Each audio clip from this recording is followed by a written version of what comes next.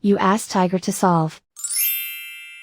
This deals with linear equations with one unknown. The final result is n equals -2.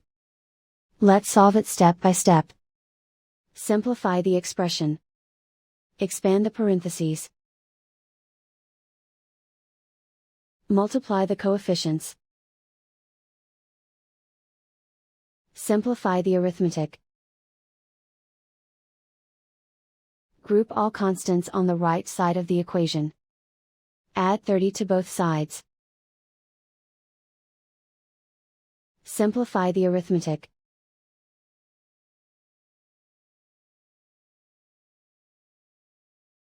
Isolate the n. Divide both sides by -30. Cancel out the negatives. Simplify the fraction. Move the negative sign from the denominator to the numerator.